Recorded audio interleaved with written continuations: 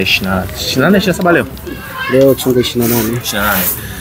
Pengine mwezi wa Ramadhani kwa kweli ni mwezi wa namna gani hasa, na mpaka sasa hivi unaonaje mwenendo?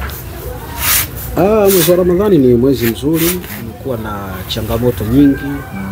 Tumeona watu wamejitokeza misikitini wengi. Tumeona watu wametoa sadaka vya kutosha. Tumeona watu wamefuturisha vya kutosha. Kwa hivyo saumu ni ya Mwenyezi Mungu na mlipaji ni Mungu. Kwa hiyo tunategemea Mungu atatulipa kila la kheri. Sawa. Nimekutafuta leo nataka nipate maoni yako. Umekuwa ni shamba unaheshimika sana kwa Tanzania, na moja maswali ambayo sasa hivi yameibuka sana ni namna ya hizi iftar ambazo zinafanyika hapa mjini. Wengi tu wanasema kwamba hasa wasanii wetu Diamond, Alikiba, iftar zao zimepondewa sana. Wengi wakisema kwamba wanaita mastaa wanawafuturisha badala ya kuita watoto yatima na watu ambao hawana uwezo wa kuwafuturisha. Kwako wewe hasa kwenye hili unalipi la kuzungumza? Mimi kama mimi iftari ni kumfuturisha mtu aliyefunga. Lakini kuna chakula. Na iftari zimekuwa na malengo.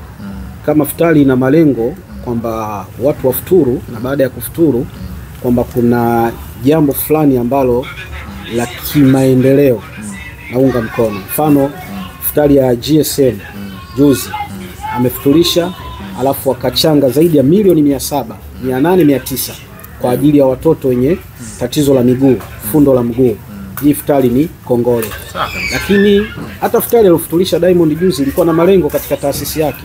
Sababu Diamond sio shehe, sio imamu. Diamond ni kijana wa kawaida katika shughuli zake za kimuziki. Kwa kama kaamua mwenyewe na taasisi yake afuturishe, jambo zuri, kafuturisha, lakini nikaona katoa bahasha kwa watoto yatima. Kwa hiyo Diamond nampongeza kwa hilo, kwa iftari yake kufuturisha watu, lakini kuwaita wale watoto yatima pale mimi nampongeza. Kwa sababu wakishukuru wale, Mungu anamzidishia.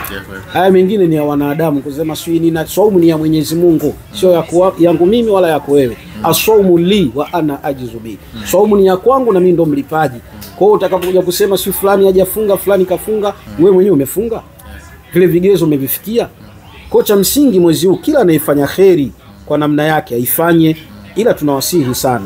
Iftari badala ya kuwapa matajiri, wapeni hata maskini, kwa sababu sio kwamba ukimfuturisha tajiri upate thawabu. Unapata thawabu yako, japo kwamba nyumbani anacho.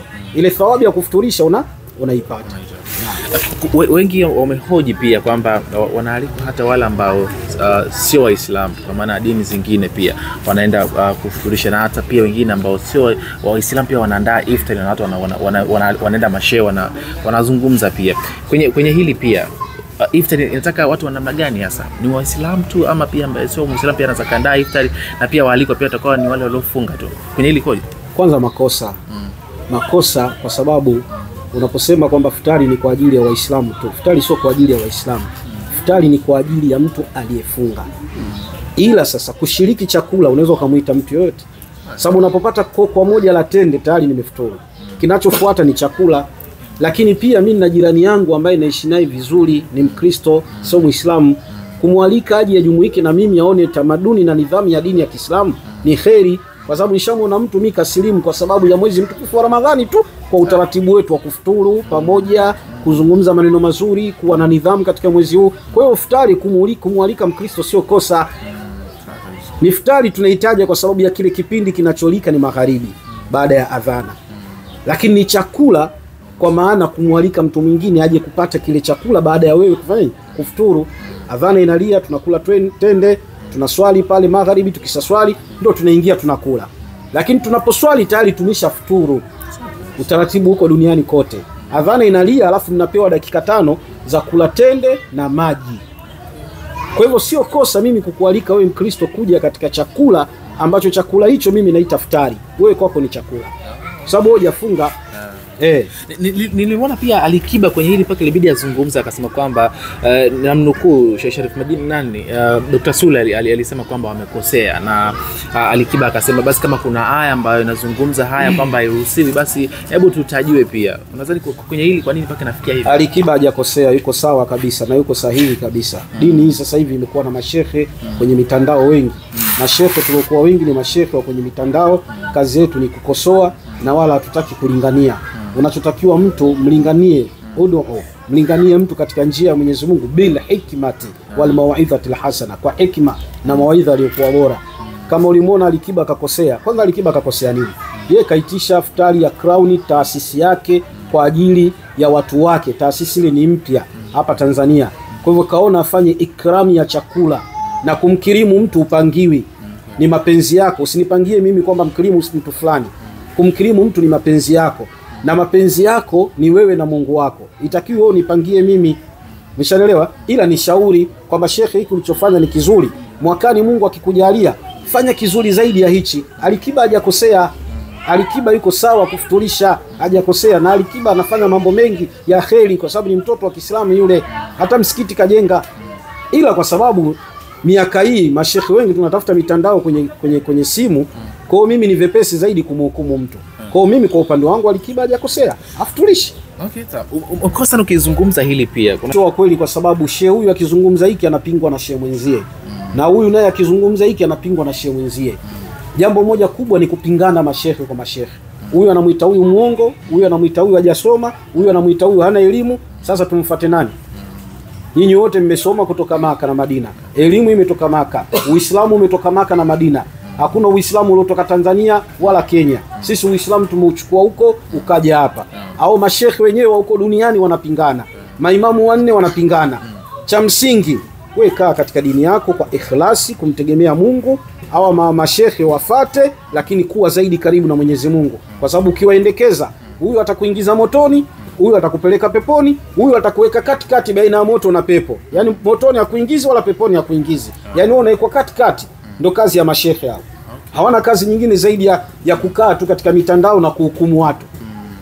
Si unaelewa vizuri? Lakini ukifuata borito la macho yao wanayoyafanya katika majumba yao na katika maeneo yao, ni hatari kuliko wanayokosoa katika mitandao ya kijamii. Yeah. La mwisho tumalize. Juzi nimeona Mwijaku alikopo Maka, alienda kwenye ibada huko, na moja ya clip ambazo kwa zikitembea sana, alionekana akizungumza kwamba Tanzania iwe ni uchaguzi mzuri na nini, pia akanazungumza maneno mengi sana pale. Watu wakasema kwamba anachokifanya Mwijaku ni kama ana show off hivi, dini itakuwa uzungumze katika staha. Watu wanasema kwamba kila anachokifanya inakuwa Uislamu hutaki vile. Nadhani clip zakana uliona pia. Utakuwa mtu weje hasa ukienda Maka na kila alichokifanya Mwijaku? Siwezi kumsema vibaya Mwijaku. Mwijaku amecheza pati yake kwa sehemu yake. Mwenyewe amejitetea kusema kwamba anautetea Uislamu, anautangaza Uislamu. Clip imeenea. Mimi mwenyewe na mahaba ya kwenda nikashike Kaaba, na inshallah pengine Ramadhani kisha nitaenda. Kwa hivyo alichofanya Mwijaku si kosa. Kosa lake nini? Watu wanaenda pale, kuna mtu kaenda Maka pale, kaomba Mwenyezi Mungu amjalie apate gari Lamborghini. Inaitwaje? Lamborghini. Kaomba yeye, kaenda kuomba pale apate ile. Kuna mtu anaenda Maka anaomba Mwenyezi Mungu apate utajiri tu. Kuna mtu anaenda Maka kwa ajili awaibie watu pale kwenye Kaaba. Kwa hivyo kama Mwijaku kaenda kuiombea nchi, mimi nampongeza. Tena nampongeza vizuri, na asisikilize maneno ya watu. Hii dini sasa hivi kila mtu anatoa fatwa. Mhukumu ni Mungu. Yeye hajafanya shiriki wala hajafanya makosa. Kaiombea nchi amani, kamwombea Mama Samia ashinde, na kweli tunataka Mama Samia ashinde kwa sababu ameleta amani katika hii nchi. Kwa hivyo kosa la Mwijaku, kwa sababu wao wanamwona Mwijaku jinsi alivyo na uchale wake na maneno yake, kwa hata akiongea serious anaonekana kama anafanya uchale. Lakini yuko serious, hiyo kujirusha Maka. Mbona dunia nzima tunawaona watu wanajirusha, wako Maka, wanarusha kwenye mitandao, watu wa kila namna. Tunawaona wanajiposti, wako Maka. Kwa hiyo Mwijaku yeye kujiposti ndio iwe kosa?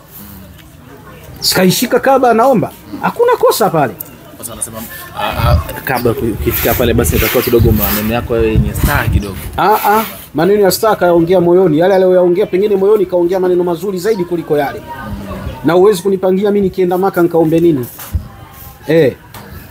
Pale tunamuitikia Mwenyezi Mungu rabbaika Allahumma rabbaika.